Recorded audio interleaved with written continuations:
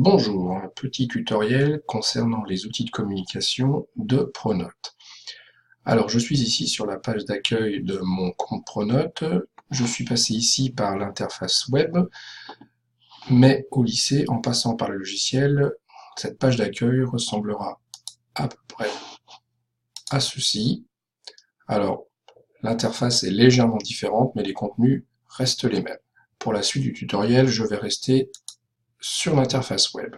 Alors cette page d'accueil, vous pouvez la personnaliser comme bon vous semble, il suffit de cliquer ici sur la petite roue crantée, et notamment vous allez pouvoir alléger cette page d'accueil en désactivant certains modules que vous jugez inutiles. Et voilà, la page d'accueil se rafraîchit et s'allège légèrement. Donc aujourd'hui, les outils de communication, donc pour cela, dans la barre de menu, nous irons à l'onglet Communication. Différents outils présents, nous allons les découvrir un par un. Alors le premier, le casier numérique. Il s'agit d'une forme de boîte aux lettres dans laquelle on peut déposer des documents destinés à certains destinataires. Alors deux modes en réception. Donc on voit ici les documents qui nous ont été adressés. Ici par exemple un document adressé par le superviseur le 10 octobre, que je peux donc ouvrir, télécharger et consulter. Et puis un mode envoi. Et donc là je vais pouvoir déposer un document en cliquant sur le petit plus. Alors attention ici, taille limitée pour les pièces jointes à 1 mégaoctet, pas plus, donc ça exclut les vidéos ou les documents trop chargés en images. Donc je choisis ce document par exemple, et je vais pouvoir ensuite choisir les destinataires qui pourront consulter ce document parmi la liste des personnels, par exemple ici Monsieur Marché, ou parmi la liste des collègues, pourquoi pas tous les collègues enseignants. Voilà, ce document, maintenant, est disponible dans les boîtes aux lettres, dans les casiers numériques des gens à qui je l'ai destiné. Deuxième outil maintenant, information et sondage. Donc là encore, on retrouve les deux modes, mode réception et diffusion. Donc en mode réception ici, on voit un sondage qui m'a été adressé le 30 octobre et auquel j'ai pu participer. En mode diffusion, maintenant, c'est à mon tour de créer une information ou un sondage. Alors pourquoi pas pour l'instant diffuser une information dans un premier temps. Alors dans un premier temps, il s'agit de définir le ou les destinataires de cette information. On commence par choisir la ou les classes. On peut choisir toutes ces classes ou simplement l'une d'entre elles, par exemple ici les 1R. Et par rapport à cette classe, le groupe qui va être concerné, il peut s'agir des responsables des élèves eux-mêmes, de l'équipe des professeurs, des autres personnels du lycée, ou encore des maîtres de stage, ou bien sûr de toutes ces personnes à la fois. Alors ici, je vais restreindre l'envoi de cette information au professeur de la classe. Ici, dans le deuxième onglet, on peut encore affiner son choix en ciblant des personnes de façon nominative, hein, une personne, un ou deux élèves, un ou deux collègues, ou un ou deux parents d'élèves. Bien sûr, ensuite, il s'agit de donner un titre à cette information et un contenu. On peut laisser cocher avec accusé de réception. La personne qui aura pris connaissance de l'information pourra cocher une petite case qui nous informera ainsi que cette information a bien été lue par le ou les destinataires. On peut ici choisir la date de publication. Si on ne touche pas par défaut, cette information sera publiée tout de suite et il suffit ensuite de valider et l'information a été créée et diffusée. Étant moi-même professeur de cette classe, on voit ici que déjà on m'informe que j'ai reçu un message. On peut donc aussi créer un sondage. Alors on retrouve ici le même type de choix pour les destinataires, je n'y reviens pas. Ce sondage peut être nominatif ou anonyme. Ici on va laisser nominatif. On lui donne là encore évidemment un titre et on peut poser plusieurs questions. Donc il peut s'agir par exemple d'une question sur la date. Quelle date pour la réunion? Et ici, on va donner des choix. Par exemple, lundi, mardi. Évidemment, on enlèverait le choix non et le choix oui pour un peu plus de cohérence. Donc il peut s'agir d'une question avec un choix unique, avec un choix multiple ou encore d'une réponse à saisir par le participant.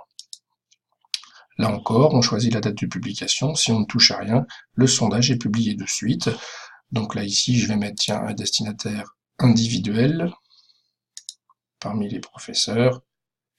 Madame Bouffard, pourquoi pas. Et voilà, ce sondage lui est envoyé. Elle pourra maintenant y répondre. Menu suivant, discussion. Il s'agit en fait ici du mode chat de Pronote, hein, donc c'est une discussion qui va dans les deux sens, hein, quand on est par exemple en classe et que un élève part vers la vie scolaire par exemple, hein, on va pouvoir avertir nos collègues AED que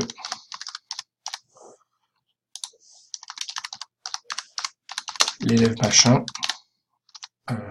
a quitté la classe et va passer par exemple par la vie scolaire, et on envoie ce message, et là un fil de discussion ici va se créer, et nos collègues pourraient nous répondre et continuer à alimenter cette discussion en direct.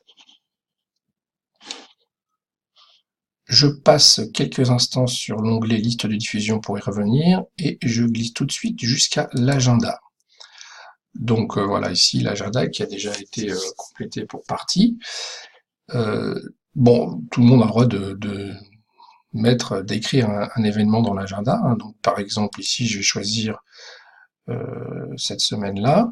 Tiens, le jeudi 16, j'ai rien, je vais glisser quelque chose. Donc là, il suffit de double-cliquer dans la colonne et de taper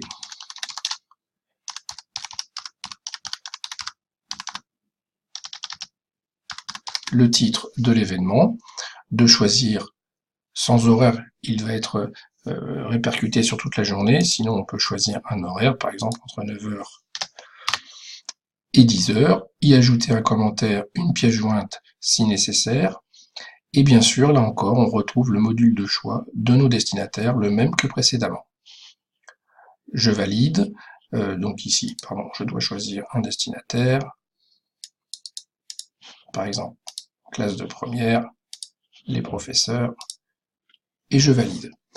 Ne verront évidemment dans l'agenda que les gens qui sont destinataires ou concernés par l'événement qui a été saisi. Alors, je reviens maintenant donc sur cet onglet liste de diffusion sur lequel je suis passé. Alors ici, il va s'agir en fait de se créer des listes de destinataires déjà pré-remplies, on va dire, tout simplement parce qu'on les utiliserait très régulièrement. Donc ici, par exemple, j'ai créé une liste de diffusion qui concerne l'équipe pédagogique de 1R, mais on peut créer une liste de diffusion, par exemple, qui serait l'équipe maths, et dans laquelle je vais glisser les collègues concernés par la matière, donc M. Casabat, Mme Dogreil et moi-même. Et ainsi, cette liste de diffusion, maintenant on va voir comment on peut l'utiliser. Alors on peut reprendre à peu près tous les menus déjà vus précédemment, mais par exemple je vais créer une information en diffusion. Et plutôt que de saisir des destinataires tels qu'on l'a vu précédemment, je vais cliquer ici sur cette petite icône et je vais retrouver ici les listes de diffusion.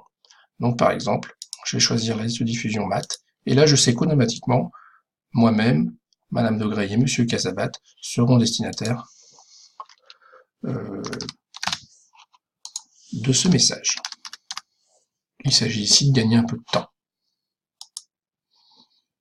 Alors on peut refaire un petit tour maintenant sur la page d'accueil, et on voit que sur cette page d'accueil, on va trouver par exemple ici les nouvelles informations, les nouveaux sondages qui ont été diffusés. Alors deux petites remarques avant de terminer. Sur les dates de publication, alors je vais prendre une nouvelle information par exemple. Donc je dis précédemment que sans modification ici, l'information a été publiée tout de suite. Là on voit toutes les cases qui sont en violet, ça veut dire que cette information va être publiée dès maintenant et le sera jusqu'à la fin de l'année.